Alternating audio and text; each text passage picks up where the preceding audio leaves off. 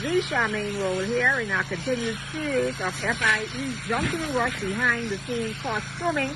And I'm here all the way in Sand Dollar Studios. Yep. Hey, Charmaine. What's happening, guys? Okay, Hey, introduce Charmaine. yourself to the audience, please. Jason Bats Menace. Okay, and Marco Mullings. Marco, you're gonna Marco 6. Six Mullings. Hold on, Any alias, Marco? Yeah, they call me Big Six, but you know. All right. Say Big 6. So we're here today to get some history on behind the scenes and costuming. But tell us a little bit about yourself and your life in costuming, because I know you've been through the ranks. You gotta give us your details and give us a little history about yourself. Well, for us, for me, practically, a lot of people don't notice, I actually started in the Saxons. Okay. My first year, growing up on Fritz Lane, I was taught, my first year, I was a young boy, living in Fritz Lane, and I went to bed one night and woke up that morning, and we had a Junkanoo shack built on our house. Came home from school, and Star, Nelson, most people know him as Star, down there in with Freddie Markey and crew. Star's like, Chief, come, time to go. And so I think that morning was the invasion of the anthropods. And so I learned the pace. We used to cut the Peking shares back then. That was really my first foray in the Junkanoo. Okay. And so tell us about your history now. That's just starting. So subsequent from there, I kind of laid off for a bit. Let's see if we can go across. Kind of laid off for a bit, and moved. We moved from the East Street area and went out east. That was my introduction to my East Side crew, and subsequently music makers and roots. But I never rushed with the music makers, just Llewellyn and Frank and them. But they would come home bragging every year, battling underneath the tree. Every year they'd be battling. Then one year I just was riding in the car, decided to go along with them, and ended up in Roots Junkanoo Shack, where I met somebody who transformed and changed my life forever. Peter Gold, Turnquest, I call him the old man. So most people who know me know, they hear me call him the old man, but they don't quite understand why I call him. Growing up as a troubled kid, I never really understood the power of Junkanoo until I met him. So he changed my life forever. Personally, Junkanoo-wise, everything. And I was always a tinkerer. So I always could make stuff. I always could see things differently. I was always creative, always did art.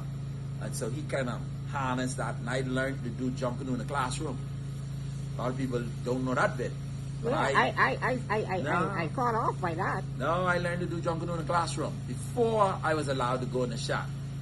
And how we did it is that every year I was taught something differently. One year it was just how to make straps. The next year it was just how to make shoes. The next year it was understanding what Junkanoo is and trying to stay away, Junkanoo management and staying away from money and all the stuff like that. The next year it was framing. The next year it was, now I could set up a figure and I wouldn't even be allowed to build the front of the figure. I only could build the back of the figure. Then the next year, and so on and so on and so on, until I finally got to the point where he said, okay, I see where it is. And then I'd say, see where it is? I would build something, he would say yes or no, and he would just tear it down and say, start over. Tear it down, start over. And just go. Yeah, man. He taught me the art of bending cardboard, understanding how the cardboard smell, looks, feel, to the point where if I touch a piece of cardboard now, I almost could tell you exactly, I could get any shape that I want from a piece of cardboard. To the point where folks started to get confused about his construction versus my construction. They can't tell the difference. And I always tell people, he's by far the best craftsman when it comes to Junkanoo. Now, I might have my edge in certain areas, but he's by far the best craftsman. Easy. And so that's where we launched. And then obviously, once we got our fitting into Roots Junkanoo Group, and that didn't work out too well, and decided to move on to the Valley Boys. And eventually I rose to the rank of deputy chairman of the Valley Boys for almost 15 years. So you could understand this saga with the Valley Boys. It brought a lot of tears to my eyes.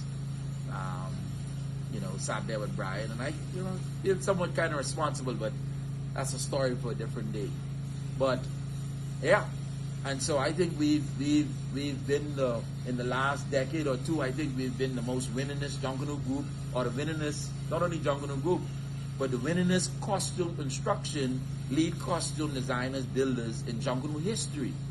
I think the Bean Boys might come close, but I think we surpassed them a while back.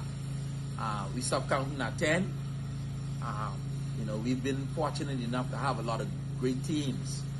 The Rondons, the Robert Martin, the Patrick Adley, the East Side crew, the Golden Fire crew, Perry Taylor, God bless his soul, and Pat Taylor. I think Pat is still alive, and Randy Taylor.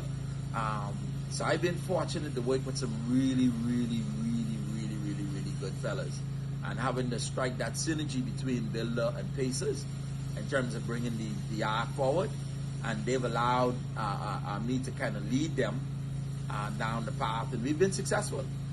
And so when I heard the talk about who is the this and who is the that, when I called you to tell you, I think you need to set the record straight. By far, I think our son, we're well Sandola now, but we used to be Valley of the Kings. By far, we are the most winningest lead costume Junkanoo construction team in the business. And if they don't watch it, we might come into retirement just to put one on them so they all can shut their mouth up. You know?